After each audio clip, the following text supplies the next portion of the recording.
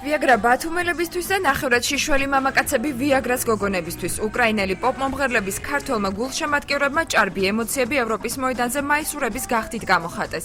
ვიაგრას ასეულობით თაყვანის მცემელი ჯგუფის ახალი შემადგენლობის მიერ შესრულებულ უკვე კარგად ცნობილ ჰიტებს 1 საათის განმავლობაში ისმენდა.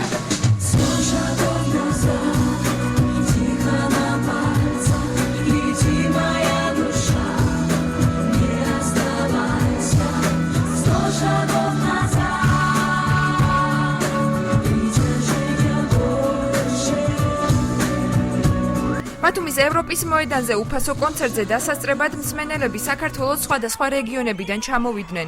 იყვნენ უცხოელი სტუმრებიც. ძალიან კარგი კონცერტი იყო, დიდი სიამოვნება მივიღეთ. მით უმეტეს რუსულად რო იყო სიმღერები და რა ვიცი, ძალიან მაგარი ჯგუფია ვიაგრა. ჩამოვედი იმერეთიდან, კერძოდ ბაღდათიდან. ჯგუფს როგორც ასეთი ვიცნობ უკვე შორიდან საკმაოდ ტელესიუცეთით და მივიღე ძალიან დიდი სიამოვნება, იმიტომ რომ ეს იყო ჯგუფი ვიაგრას ახალი დაბადება საერთოდ სცენაზე და კერძოდ ქართულ სცენაზე დღეს. ბათუმელი ვარ, მოვედი ვიაგრას კონცერტი, ძალიან მაგარია. ჩვენთვის უცნობი დარჩა როგორ შეაფასეს ქართველი მაყურებლები პოპ ჯგუფის წევრებმა. მათ კონცერტის დასრულების შემდეგ ჟურნალისტებთან საუბარი არ ისურვეს. თუმცა კონცერტამდე 1 საათით ადრე მათ მცირე პრესკონფერენცია გამართეს, სადაც ყურადღება ქართულ სტუმართ მოყვარეობასა და ბათუმის ლანდშაფტზე გაამახვილეს. საქართველოში პირველად ვართ, ჩვენთვის დიდი პატივია იმ ქალაქში კონცერტის გამართვა, სადაც ცხოვრობდა ჩვენი კომპოზიტორი კონსტანტინე მელაძე. დღეს დავათვალიერეთ ბათუმის ქუჩები, მოვიხიბლეთ ზღვით.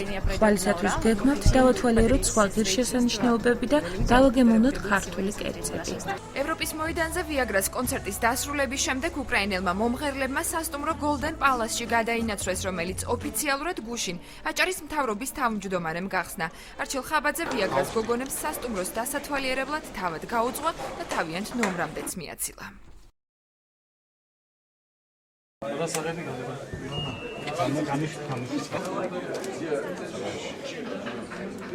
ჩვენი ქალაქისთვის ერთ-ერთი ლამაზი და ღირსშესანიშნავი ადგილი იქნება სტუმრებისთვის, ტურისტებისთვის და ჩვენი ვიზიტორებისთვის. დიდი მადლობა მინდა უთხრათ ჩვენს უკრაინელ მეგობრებს. ვიაგრა ბათუმში სასტუმრო Golden Palace-ის და აჭარის მთავრობის მხარდაჭერით ჩამოვიდა მომღერლები ქალაქს 13 იანვარს დატოვებენ.